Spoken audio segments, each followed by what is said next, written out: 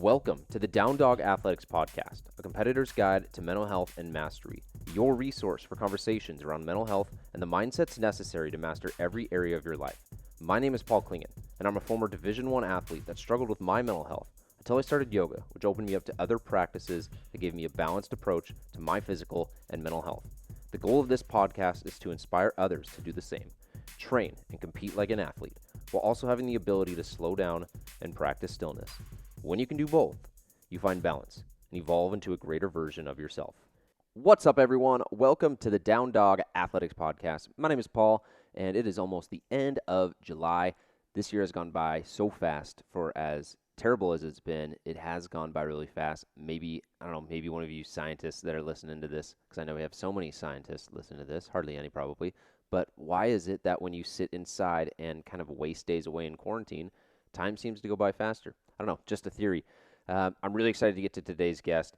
It's actually someone that I interviewed several months ago and was going to release this podcast. And for whatever reason, I hit this like 2.5, 3 month, basically funk, almost like depression. I would say it was depression, this state where I was just so unmotivated. And normally I'm go, podcast every week, clients, creating stuff, all this. And for 2 months, I was just down. And I know I've talked to so many people that have been in this situation. You've seen it a lot on social media, and maybe you're in that state now. And so I want this podcast and what I'm saying right now just to be an encouragement that it's not weird. If you do need to see a therapist and get some help, do that. I did that, and now I'm feeling so much better.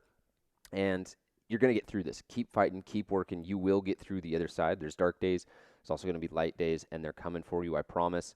And so just want to encourage you with that. And one last little plug before I get into today's guest. The Down Dog Athletics membership first coaching group call happened this last Monday, and it was really fun to have a group of guys on sharing their stories within a specific theme that I created on this group Zoom call. And if it's something that you're interested in, it's a really good option if you are unsure in how like online coaching works or how powerful really a group, basically tribe, can be, where everyone's working towards the same goals, but talking through, and I'm kind of like guiding any questions that people have, like Q&A at the end. It's definitely a really good option. When you sign up for it, you also get access to every single program that I've created, from yoga foundations, yoga runners, 20 different high-intensity interval training workouts. You got my 28-day plan, like all different products that sell individually and have sold, I don't know how many copies, probably a lot. But the big thing is that this group coaching call is a 30-day free trial. You can do the calls. You can get access to everything literally for free. And if it's not your vibe, that's okay. You can leave. There's going to be someone else that vibes with you. But I definitely know that there's value in there, and I want you to check that out. So head to downdogathletics.com and sign up for that membership, and I'll see you guys on a group call. For today's guest, we have Rob Speranza, and Rob is a guy that I've met literally just through social media, through a lot of the same mutual friends. I first remember connecting him around the time I connected with Sam Tooley. If you haven't listened to that podcast, be sure and go listen to the Coach Sam Tooley podcast. It is the most downloaded podcast on this podcast, and it is really good, really powerful. And this one is really in that similar vein.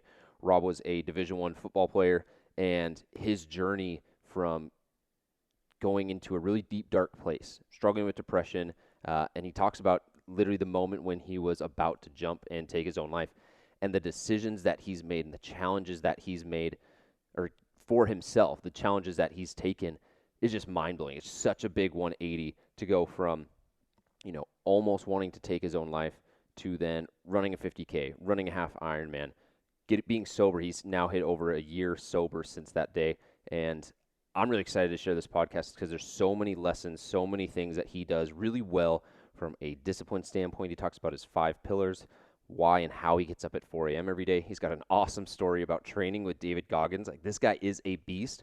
Oh, and he's eyeing to become a Navy SEAL in the next couple years, and I have no doubt that he's going to be an absolute animal when he starts doing that. He already is. So without further ado, here we go, Rob Speranza.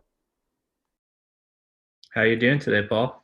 Doing good. It's Seattle's kind of showing off a little bit. 66 the other day, went for a nice long run, and it feels like summer, but we're all isolated inside, obviously, during this coronavirus. It's got a real snow day feel, except it's going the entire month, which is kind of tough. So the I run's saw like the you run. saving grace. What was that, like 7 or 8 miles at like 7:15 pace, something like that? Well, every Friday I'm running a half marathon, and those halves I've been at a 6:37. So the Wow. yeah, the middle of the week runs I try and go a little bit like just for distance and or like just for time, and it's not like necessarily pace. But then every Friday my goal is to just push myself, and I want to be able to say at the end of the coronavirus I at least at some point in the week competed and like pushed myself as opposed to just kind of going through the motions, because I think you're someone that can relate to this too, where there's what a lot of people would identify as like pushing hard, but then there's also what is your ceiling and what is pushing hard for you. Everyone's got a different spectrum, but if you can run an ultra marathon but someone else can barely run a 5K, like that's the best for both of you. So that's kind of what I'm trying to do, is like really push into, what my capacity is, and then by the end of this, who knows, maybe I'll be inspired to do a marathon. Right now I don't want to. It sounds terrible, but Well, that's how I I enjoy started. running. I would do like I was never a runner, so I played football in college. I was a running back, so I was like 40-yard dash guy, like running 100 yards, never doing any miles or anything like that. Was like 25, 30 pounds heavier than I am now. I'm like 195. I was playing like 220. And after that, like just being that weight and not didn't need that weight anymore. I like started losing weight, started getting into running. And I like that was my goal. Like every Friday, it was like run a 5K and really just try to improve that time. And that's kind of how I started like getting into running, and it kind of started being like therapeutic and like a form of meditation for me.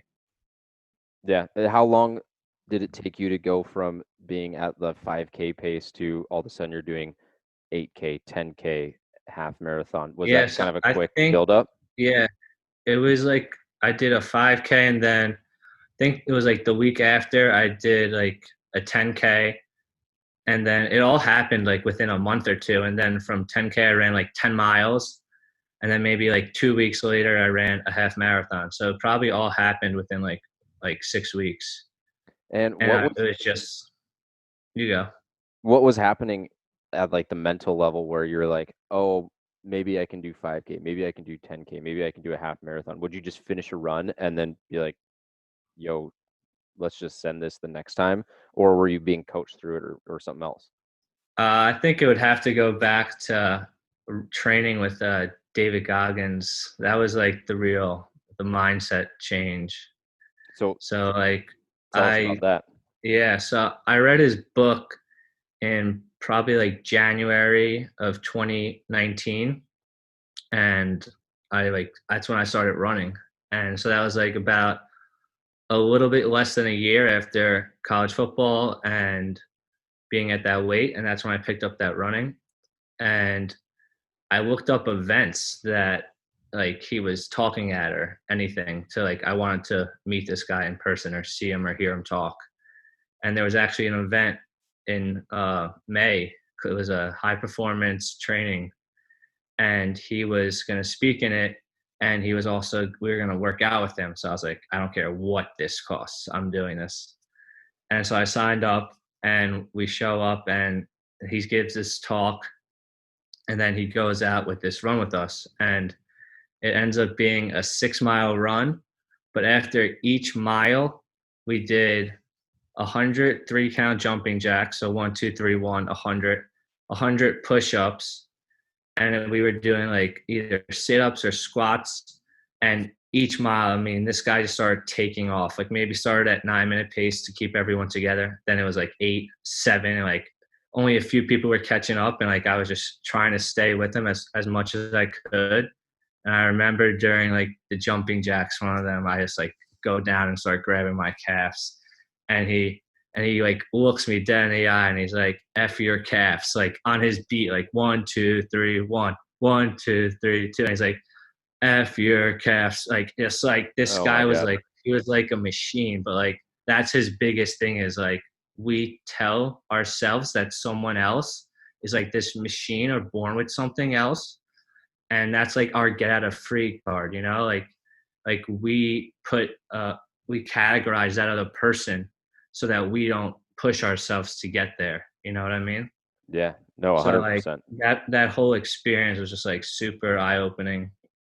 And just like after that, like I did so that was like a 6 mile run, and then I did a 10 mile run like maybe 2 weeks after that, and I did a half marathon maybe 2 weeks after that. And my uncle used to compete in half Ironmans, and he heard that I was picking up running because my dad and my uncles were runners in high school and college, and he kind of challenged me to do a half Ironman because I had done the half marathon, and that the distance for the half Ironman is a 1.2 mile swim, 50-mile bike, 56-mile bike, and a half marathon. And so that was around like middle of June.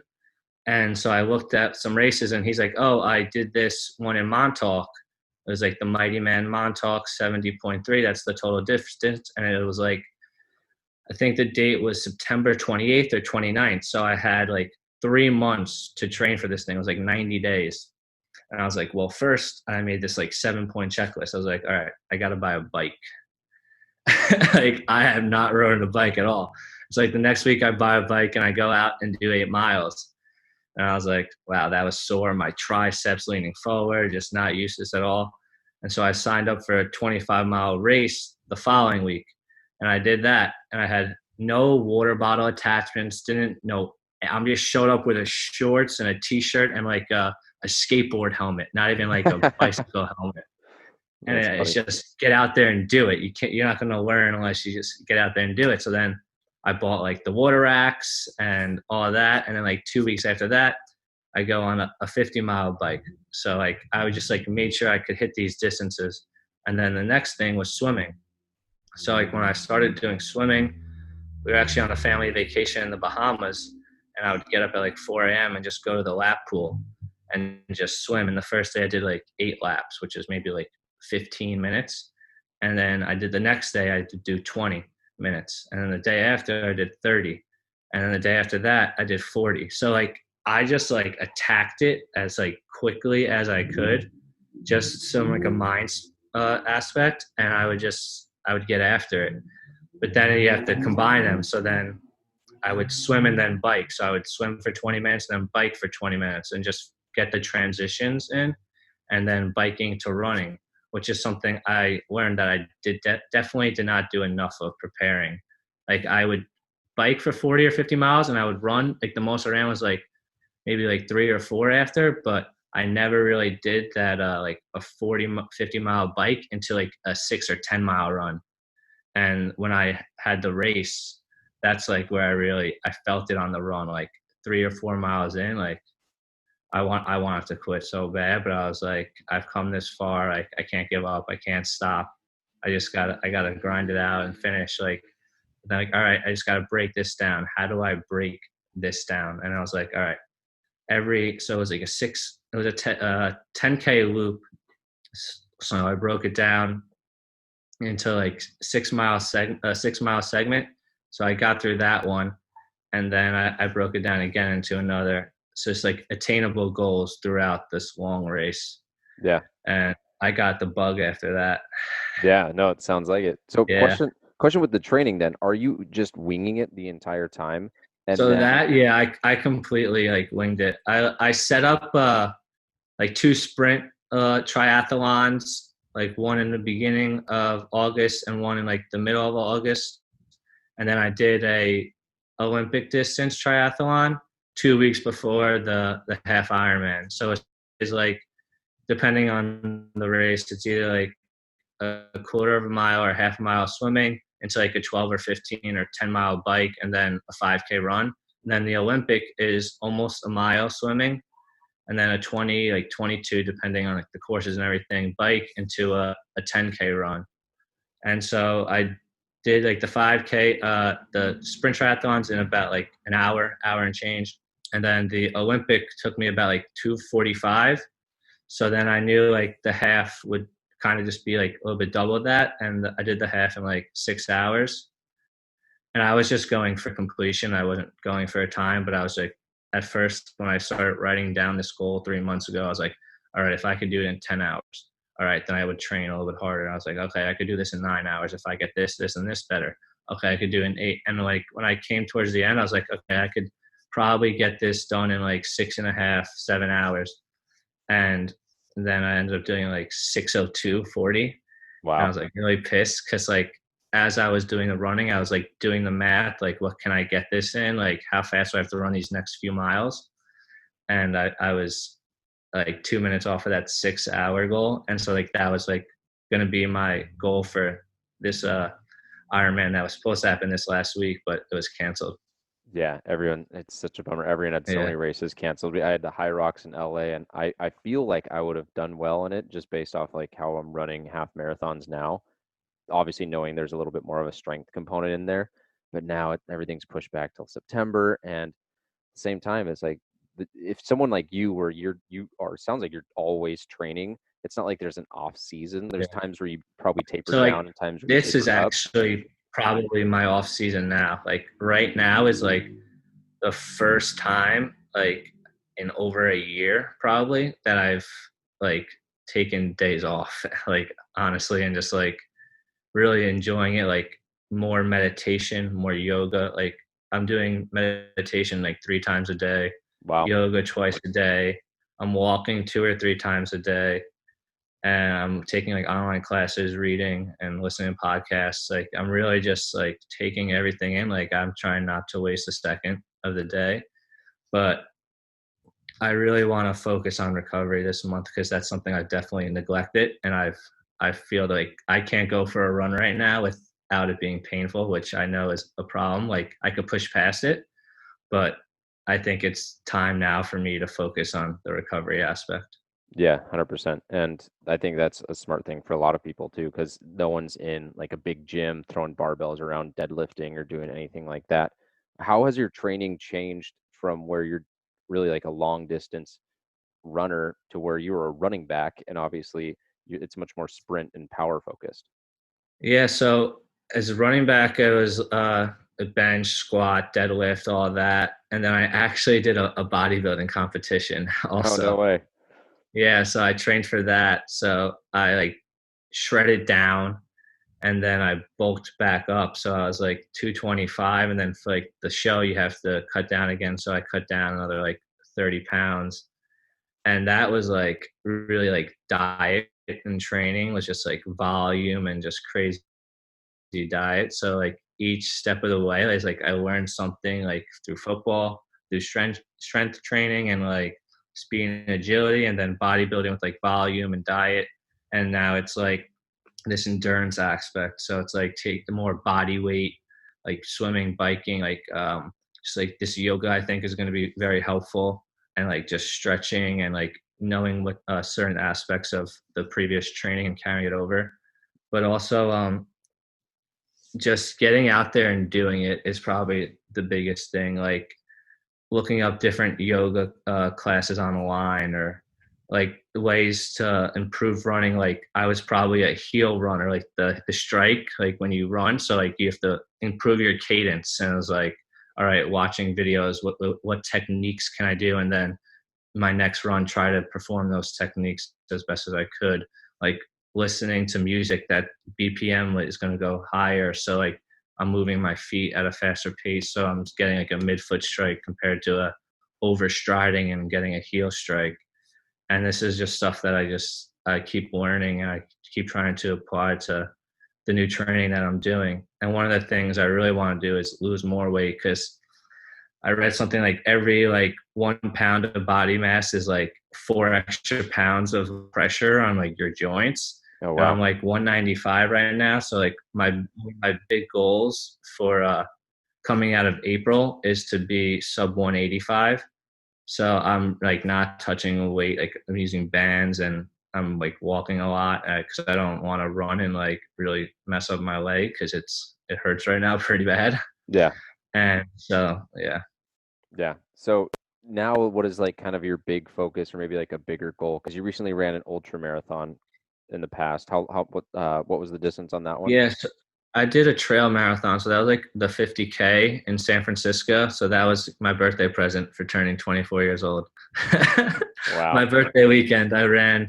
my first ultra marathon, and I think I got second in my age group and like third overall, which I was crazy shocked. Like again, like I did one trail run before that, and it was like a 10-mile run, like a week or 2 weeks before. I literally bought the shoes the day before they came on like January 7th, and I did this run on my birthday, January 8th, and then I did the race the 11th.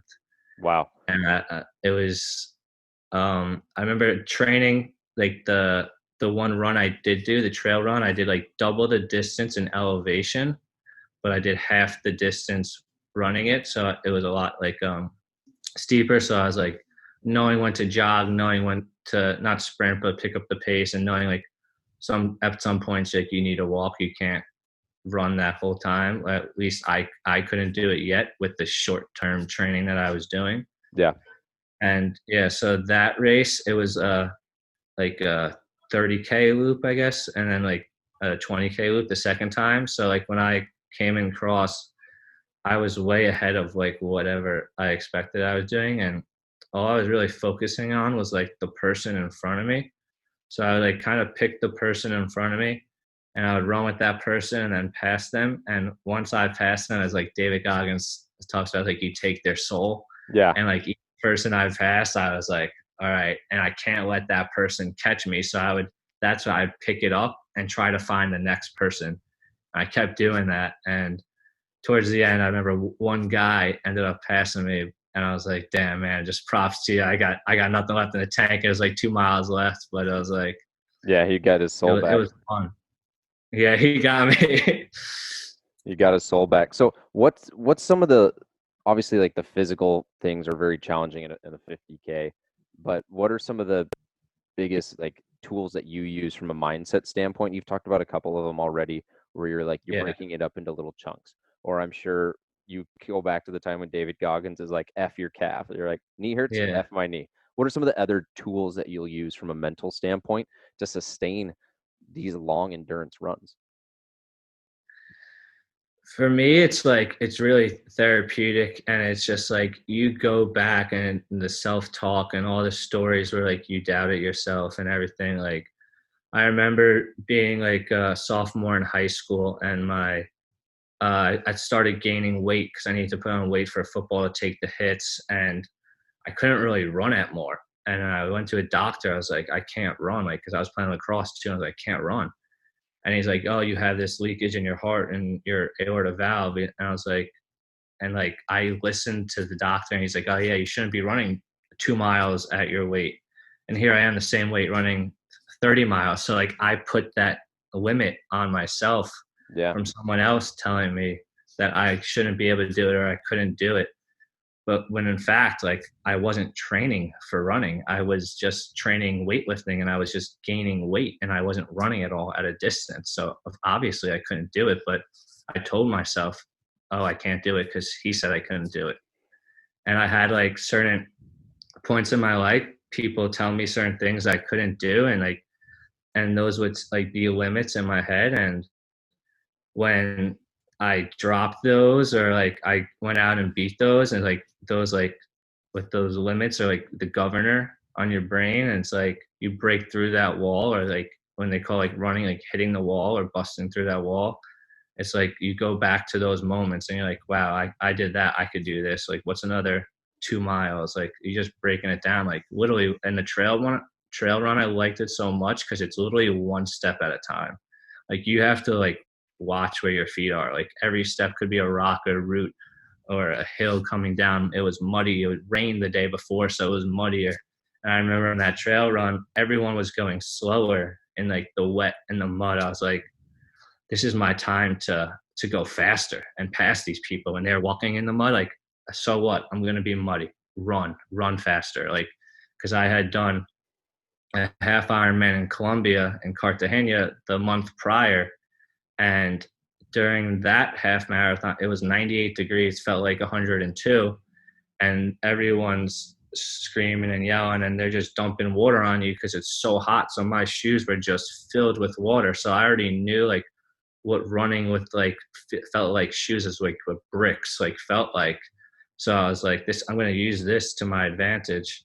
Yeah. And that was one of the points in that race where like, or going downhill, I would just run right as fast as I could past people.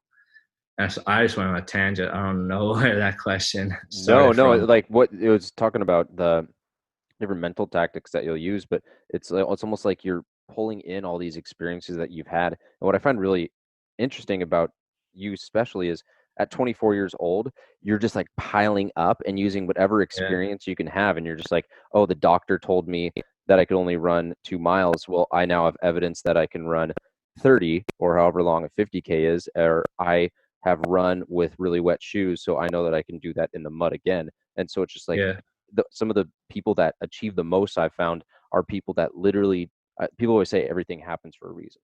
I don't necessarily agree with yeah. that, but I'm a big believer. everything happens and you can find a reason to help that grow, help a lot. You will find a reason that will help you grow. You can find something in whatever it is that happened that you can use as a lesson to help yourself grow. And in your running experience, you've been able to do that to like the 100th degree, which is amazing. So like when I used like my bodybuilding breakdown, like I broke it down to like 5 pillars, and I've kind of used those 5 pillars like throughout running and like goal setting, and I broke it down into just like committing to that goal, like whatever that goal is. And I usually like to set it somewhere between like the big goal, like 90 to 100 days, like every 3 to 4 months is like a big goal. So like I had that in September. I had the first half Ironman. Then I had around January, I had another big race, and then this Texas one was supposed to be another big one. So it's like, and then my next big one is supposed to be July 25th and 26th with his back-to-back marathons in 2 days. Wow. Because after I did that trail marathon, I woke up the next day. I was like, what if I could run a marathon again today? And once I put like that question in my brain, I was like, I got to at least try, or have to. You never know. Like you could be selling yourself short. Maybe I could do it 6 days in a row. Like you never know unless you go out there and do it. And so like that's how I break down the time frame wise. But I break it down to like committing to that goal, or like you burn the boats. Like there's no other option. If you like give yourself an option to get out of it, you'll find that option. You'll talk your way out of it. Yeah. So you burn the boats and you're all in, like no matter what. And then my next thing is like, it's just like discipline. It's like foregoing any immediate pleasure for that long-term goal, like that long-term success. And as long as I could delay gratification, I feel like I can achieve it to a further degree. And then next would be like consistency. So like those everyday reps, like if you're a fighter, like, and you're throwing punches, 100, 200 punches every day, you're not going once or twice a month to throw 1,000 punches. Or same thing like brushing your teeth. You're brushing your teeth 2 times a day for 1 to 2 minutes. You're not going to brush your teeth every once a week for 5 minutes. It doesn't work like that. And then next would be just hard work. Like nothing really prospers without the labor. Like you can't just show up every day. You got to show up and you got to put out. Some days you might not have it, but those days that you don't have it, those are the days that really add up to, because those are the days you draw back on. Like, wow, I felt like shit that day, but I still went out there in the rain and I ran 6 miles. And like, those are the things that come into my mind when I'm struggling during a race. And then that last pillar would just be self-belief. Like you got to believe in yourself through and through. Like no one's going to go out there and do the work for you. As much as I know you want to support me and I want to support you, you can't do it for me. I have to do it for myself. And at the end of the day, no one's going in that grave for me. Like no one's going to take that for me. Like I'm going to be buried and that's me. And I have to live with all the choices and everything I go through. And knowing that like, I won't quit on myself and I won't quit on the people that support me and promise me. And I want to make them proud and make myself proud and inspire other people along the way. Yeah. And it just gets me fired up talking about it because I love doing it. Yeah, dude, it gets me fired up, man, watching you and just talking to you the short amount of time that we've known you, or that I've known you. We've met on social And media. that's like one of my biggest things is like getting in this community. Like you said, I'm young and most of these people like are 30, 35, and I'm learning from you guys so much. And not only that, then I like to learn from people that are ahead of me and then compete and collaborate with people that I feel like are on my level or my playing field, like running or like learning and growth. And then also the third aspect would be serving and like teaching people younger than me. Like this past summer, I taught like strength and conditioning back at my old high school, and just like the pure joy in that and giving that knowledge back to people that I felt like that's what I didn't have, and that gap of like people more doubting me or telling me what I couldn't do. And I believed that instead of people supporting me and telling me I could do these things if I really put my mind to and worked hard for them. Yeah, 100%.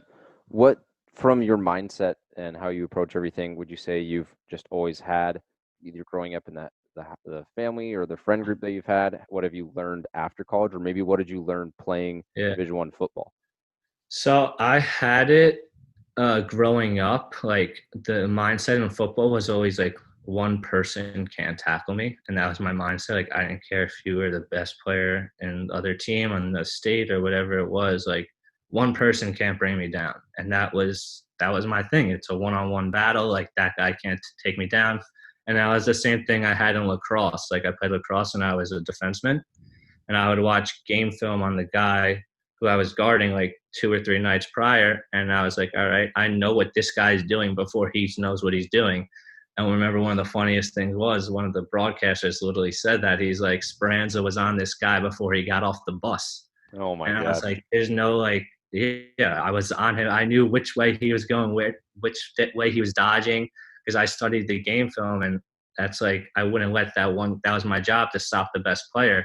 And I almost, in a sense, took it personal. It's like, this guy's not better than me. Like I trained harder, I worked harder than this guy, and that's like where I got that mindset. So it was like a one-on-one battle. If I could win my matchup, I can make my team better, and that's how I applied that in sports. And then I would say going through college, I kind of lost that after I had a labrum surgery. So I had a labrum surgery and I did 4 months of rehab. And the next week, so I had the labrum surgery like August, and then I did the 4 month rehab. And it was around November. It was like the week after Thanksgiving. I was cleared and everything, and I shot a basketball, and my bicep dropped, and I tore my bicep to my elbow. Wow. And I remember like what the hell just happened? And I was like, damn. And so I had to do the rehab again for another 4 months. I remember just like hang cleaning and lifting, and certain things weren't feeling right, and I didn't really enjoy it as much.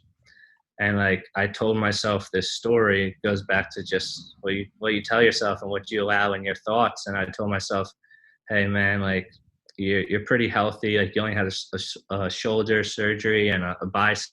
Like thank God your head and everything's all right. I was like, maybe it's a sign, God telling you to hang up football. And so I quit that summer, which was my sophomore year. After my sophomore year, I'd quit. So my junior and senior year were heavily involved in like drinking and partying and having like no purpose. I would still work out maybe 2 or 3 times a week, but it wasn't anything crazy. And I felt really lost and alone. And I studied abroad in Australia my junior year. And I remember during that period, like my dad had come to visit me, but my mom and my brothers didn't, and like that really hurt. And I was like I was really struggling over there because I was comparing myself to a lot of people.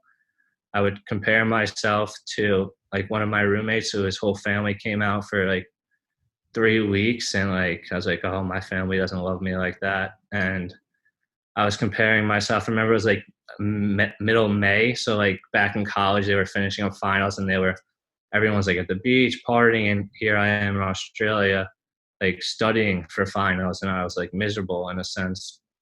And I was comparing myself to them being all happy, and I wasn't enjoying like the moment. Like if I look back on that now, if I was back in Australia, I'd be like, wow, like I'm in this beautiful country. Like I can enjoy the beaches. I can enjoy the view. Like when's the next time I'm going to be back here? But I felt like so alone, and like I felt like by myself. But like today, if I'm alone, like I don't feel by myself anymore. I feel like I'm with myself, and I could really be alone with myself and my thoughts just through everything I've gone through, and just throughout my journey, a very short journey, honestly. And I'm really excited because I feel like I'm just getting started, and I'm really young and really ambitious and really attacking the next chapter that's thrown my way. And that's when I jumped into the bodybuilding after that Australia break, because I was lost and I was like, I got to find something to do. And I jumped into that bodybuilding, and that was also like it was a 20-week goal thing. So I had a bulking phase for 10 weeks and then a cutting phase for 10 weeks. And I remember I was all in on that with my 5 pillars, and I was really all in, dialed in, didn't miss anything. I remember people going on like a Disney trip or in October, and I was like, I can't go, man. Like I have this show in November, like I can't, it's 6 weeks out, like that's when my cutting starts. I can't do it. Like so like 6 months into my job, I went to like Oktoberfest, and we were just drinking and having a good time. And I remember again feeling like depressed, like, and then I picked up on this pattern, like when I was drinking a lot and when I was doing things that like weren't really true to myself, is like when I felt this depression, which like this regret, and a lot of it was coming from this drinking that I was like trying to hide my pain in a sense. And I had read a book by Jay Williams, like Life is Not an Accident. And his story is like he crashed his motorcycle, and he was like a top NBA draft pick, and he almost took his life a few times. He tried to take his life, and I was like, wow, like I need to be sober. I was just like, well, I want to be sober. And like, so I told myself that, and I read that book in December. And then in January, I told myself I was going to be sober, but it was just something I read, and I didn't like really experience something that I felt like that in that moment would change me. And I ended up drinking on my birthday in January. And like, I only drank like probably once a month, but every time I did drink, I like blacked out. Like I would just keep drinking, and like, because if I felt uncomfortable, I would get another shot or however this circumstance was. And the next day I would always just feel really depressed and down, and I wasn't my best self. I wasn't the best version of me. I couldn't really help anyone the next day or even maybe the next 2 days. Like I felt like my body was out of commission, and it would take me until like 3 or 4 days to feel like myself again. And I was like, wow, I'm like working hard for 5 days and just throwing away 3. Like what kind of life and cycle is that? And then it was like Father's Day. So another 6 months went by, and it was like Father's Day. I remember the day, June 16th, another night of just like partying with friends, and I had a really good time and everything. And then the next morning was Father's Day, and I woke up and I was alone. Like all my friends they lived in Florida, so they were with their families, and my family's back in New York and Father's Day. And I was just like I'm not with my family, I'm alone again. And I was like, again, by myself. And I called my mom, and she didn't pick up the first time. And I walked, we have a condo like on the 11th floor. And I walked out to my balcony, and I was like, no one cares about me. No one loves me. I'm a piece of shit son, like, and brother. Like I'm not with my family on Father's Day, just telling myself all this stuff. Like no one cares about me. No one loves me. I got out to the balcony, and I remember putting my 2 hands on the bar and like my one leg over, like ready to jump. And I was like, I heard like this voice, like, you're being selfish. Like, don't take your life. Like, think about your family, and like, and all this other stuff just going through my head. And like, that was like the second time I had done something like that. And I was like, all right, take a step back. I call my mom, she picks up, and I'll never forget it. And she's just like, you can't control what you can't control. You're not here with us, but just like, have a good day in Florida, like do what you can, like maybe go for a walk or a run, or just like try to be active, be healthy, and like don't feel sorry for yourself. Your dad wanted you to go there and be with your friends, and it really helped me. And that day and that decision, and that's when I decided to be sober. And I'm like just about 300 days sober. And that was like June 16th. And that's like the next week I was challenged to do the half Ironman. So everything kind of rolled into play. And that's like kind of how the journey really like took off these last 9 months, was like being sober, being challenged, wanting to challenge myself, wanting to be uncomfortable. And a lot of people thought like I had done become sober because of like the training and the Ironman, and that just like it really wasn't the truth. But I don't think I was like ready to tell people that, so I would just be like, yeah, man, I mean, if I drank I can't train as well. But like I knew like it wasn't, had nothing to do with the training. Like it Yeah, had everything to do with like if I drink again, like I might not wake up again, or I might take my life. And having a drink or alcohol is not, it's not worth it anymore. And I wasn't willing, and I'm not willing to risk that for my life. And that's probably the best decision I've ever made in my life. dude, so powerful. And I think so many things that people can really connect with, especially with like wanting to be with your buddies, right? Father's Day, or everyone's got some sort of maybe holiday or birthday, and they go out drinking, and maybe they don't miss the time with their parents, but they show up and they're hungover. Like I've done this where you show up Thanksgiving, go out the night before, and it's like you're just not your best self. You're not there for those the people that love you, and maybe they needed something that you weren't able to provide because of the situation that you put yourself in. There's a happy medium, I think, for everyone, where understanding like how you handle alcohol or how you handle certain situations and making sure you don't put yourself in that position. But dude, I just commend you for having one of your five pillars and having the discipline to stick to them and be true to them. And I can just tell you, man, like just continue to maintain those five pillars and continue to live into those, into who you are. And the sky's the limit, man. Like I'm gonna be so impressed when you run those two half or those two marathons back to back. Like that'll be super impressive, and that can't be done unless you make some really powerful decisions in your life to just be your best self. Yeah, and that's like one of the biggest things. Like every day, I feel like I'm almost like I have a cheat code now. Like I see things so much clearer, and like every day, like I wake up at like 4 o'clock, and like my sort of like meditation and yoga. And then I used to row in the morning at 5 o'clock when my gym opened. So I would row, and that would be like a form of meditation or stairs or running or something like that. But now I just do like a body workout, and then I'll walk to work now. And then I like those next 2 hours of work, I can really help anyone. Like I feel like I've conquered what I need to conquer in my 2 hours. So like I'm selfish for those 2 hours so that I could give for the next 16. Yeah. And when I was like hungover, I couldn't do that because I was down in the dumps, and I was like mean to people because like I just felt like a piece of shit. So I was like, oh, I want them to feel like a piece of shit, or I don't want to help them out. Like misery loves company, but I say so does success. It's just the limited people to choose from, Yeah. and you want to surround yourself with the people that like-minded people like you. And so like I give myself those 2 hours of the day so I can help other people for the next 16.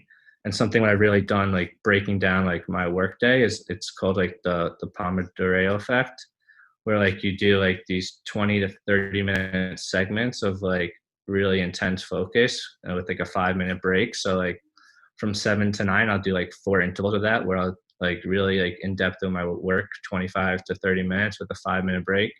And then I'll take a little bit longer break every 2 hours, like a 10 to 15 minute break. And that's where I'll do like either a meditation or listen to a TED talk or go for a little walk. And then I'll do like 2 or 3 cycles of that throughout the day. So like 9 to 11, and then 11 to 1, and like 1 to 3 with like a little bit bigger of a break in between.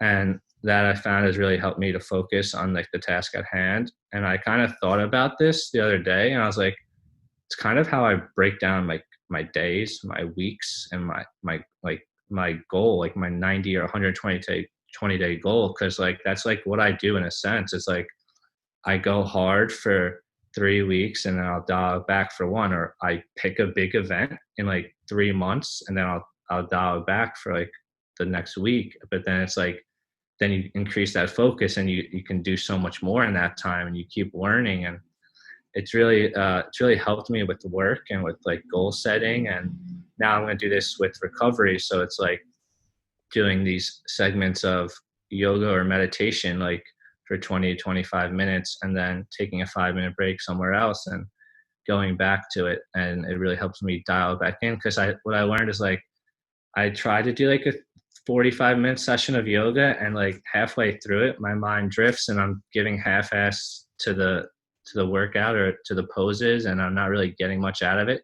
So maybe I'll do like 20 to 25 minutes of one of the videos, and I'll take like a 5-minute break and maybe read a passage, or I'll listen to like a TED talk, or I'll just do something else, maybe bang out push-ups or sit-ups or pull-ups just to get my mind off of that, and then dive back in for that next 20 to 25 minutes. And that's really helped me a lot in like workouts and work, and now with the recovery aspect. And it's helped me in the longer run with like breaking down my weeks and the months and then the 90-day goal.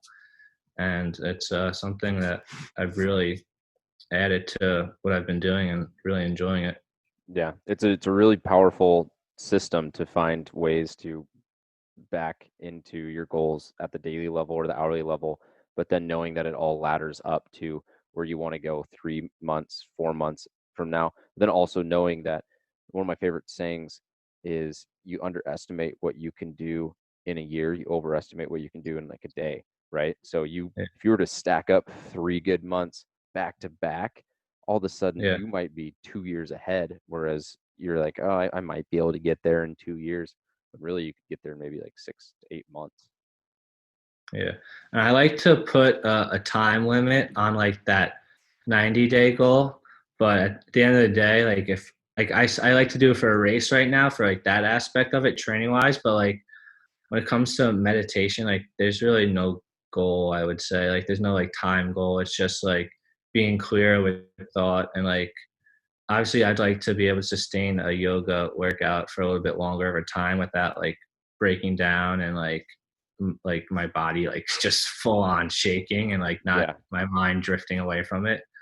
But I think having that like hard intensity goal for like 90 days like physically is something really good for me, at least, where I could push for those 3 months, but within those 3 months each month, so it's like 4 weeks, so like 3 weeks I'll go really hard, and that 1 week I'll kind of taper back a little bit and Yeah. reflect on like those 3 previous weeks. And I'll do that again for the next 2 months. And I do that within even days now too, is what I've broken it down to. So it's like these macro goals broken into micro like focus, and just like then now I'm even reflecting uh, upon my days, and like reflecting between my mornings, because I'm doing meditation in the morning. So like setting my intention for that morning, and then I'm doing meditation around lunchtime too. So like then I'm reflecting on what I did in that morning, and then I'm doing my afternoon schedule, and then I'm doing meditation again at night. So I'm reflecting on what I did during that afternoon segment. So it's like I'm very aware of what I'm doing with my time, and I'm not wasting a second. And just consistently piling on those days is what's making the difference right now. And if when I continue to do that with my recovery, I think I'm going to see huge dividends down the road.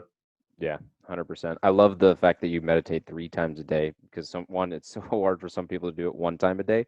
But you're right, you're able to really like audit your productivity and your Yeah, mindset and everything for that day. And if you're able to go back 3 times, like that would be like checking your books multiple yeah, times a day. And like everything's going to be so on point when you're doing that, as opposed to maybe every month you check in with yourself, or every yeah, 6 months you're like, oh, I should think about the choices I'm making.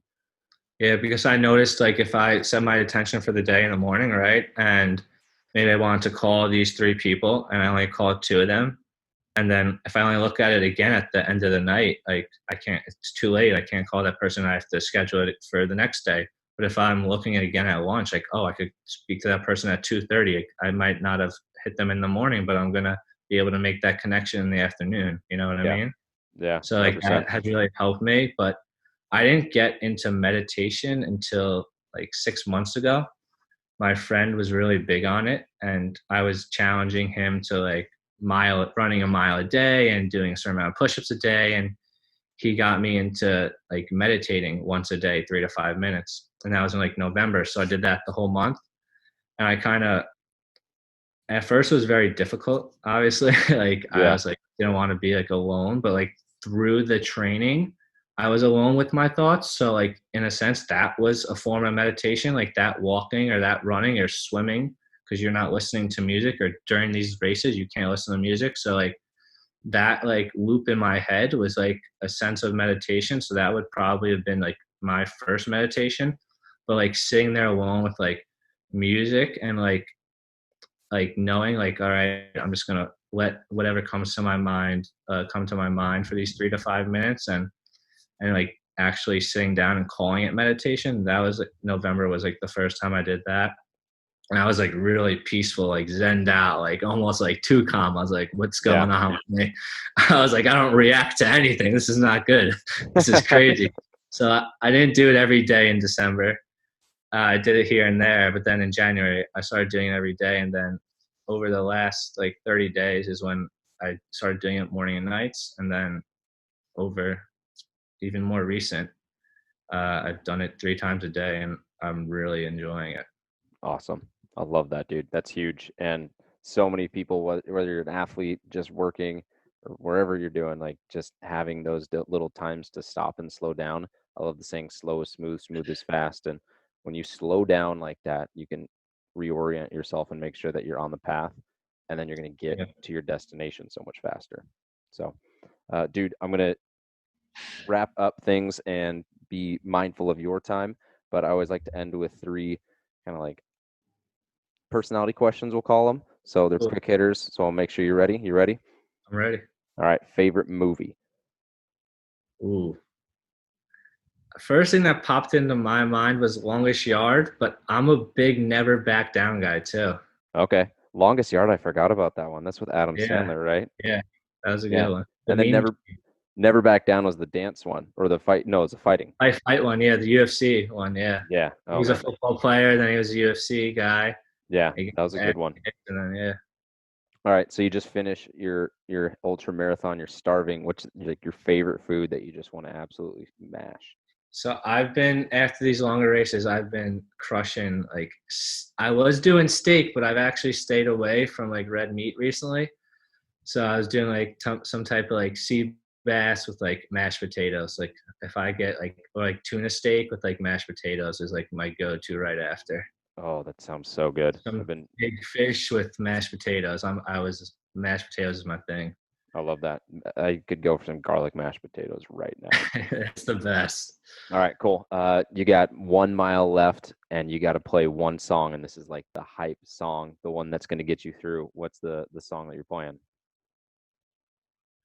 Wow. The first thing that popped into my head was the Roy Jones Jr. song. Can't be stopped, can't be moved. Yeah, Like, because I remember just training to that in high school a lot. Because I was the guy that started when I was in high school was like a 2 time starter, and like I was like there was no chance I was gonna start, but I like kept training and kept pushing, and I ended up taking his job, and like just going back in my mind, that was one of the songs that I kept playing. Like, can't, it's only me that's stopping myself, you know? yeah. That's Yeah. it's crazy how much music can get you on a frequency that normally you wouldn't be on, because that's what music is. It's vibrations. But you were talking about running in BPM, and you're talking about songs that just like elevate you. And I'm a huge believer in like the power of music, whether you're like in a down state and you need an up state, or you're running and you're listening to music, like it's just so powerful. So I always love having that question in there because You know the Madden intro with like Ray Lewis, Too oh Small. yeah, Yeah, I would actually listen to that before football games too, and I would pump myself up. And while we're doing the stretches, I would start saying that, and my teammates be looking like, "What the hell is wrong with this kid?" I'm like, that's "I'm in the hilarious. zone, man. I'm in the zone." That's So hilarious. like I kind of always had that growing up, and then I lost it. And I think I got it back now. So Yeah, one hundred it's percent got funny it that back. it's like we learn things, and then we either learn things that are bad for us or we unlearn them, but then like we relearn them. So like how you talking about before, like people that play like that sport in high school and college, and then they come out of it and like they unlearn that, they're lost, and then they relearn it to get back into that. So it was kind of interesting to see myself go along that process and see that I just did it a little bit quicker than some people, I feel like, Yeah, but I just threw more stuff like a lot faster at myself, you know? yeah, 100%. Well, dude, thank you again so much for the time. Super excited for everyone to hear this, and Excited to meet you, man. At some point, I'm sure we'll see you at a race or Yeah, maybe get you on a Live Better retreat. I think I'm gonna go in November. Are you gonna be out there? Yeah, 100%. So we'll meet Yeah, you there. I'll see We'll you send there. it over. That's All right, man. awesome. Later. Take it easy. Have a good rest of your day. Have a great one, Paul. All right, so before I let you guys go, I just want to say thank you so much for listening to today's podcast. I really appreciate you tuning in, and I've said it from day one, if this podcast can be something that helps literally one person decide that they're going to keep going, that they're going to keep fighting, this podcast is worth it. Sponsorship dollars, clients, whatever, like all that stuff is bonus. This podcast, specifically the one that you just listened to, and the message within it is meant to be that, to be able to understand that you're not alone, understand that you can go get help and you're not weak for it. And there's no or when it comes to mental toughness and mental health. It's both and. You can struggle with mental health and be an absolute savage like Rob. And I just want to encourage you guys to keep fighting, keep working. And if you have any questions, shoot me an email, paul@downdogathletics.com, or just DM me, Paul_Klingan, Klingan. And if you got something out of this podcast, please leave a 5-star rating and review on iTunes. Helps me continue to grow the podcast. Be sure and tag Rob and I on social media if you got something out of it as well. Share it with your friends. Other than that, I'll catch you guys next time on the Down Dog Athletics podcast.